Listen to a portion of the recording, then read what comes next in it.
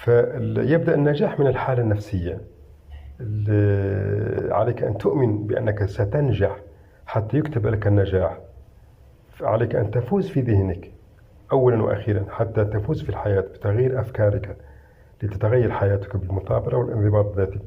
فلتعلم أننا ننتقل في اتخاذ القرار المصيري بعملية التصور الذهني في مخيلتك بمراحل ثلاثة: من الإنكار إلى التشكيك إلى التصميم الذاتي. بمعنى مستحيل أن أستطيع أن أنجح، مهلا لا أستطيع أن أنجح، ثم يتحول التصديق إلى إيمان متأصل حتى تبدأ الأشياء تتحقق بالواقع.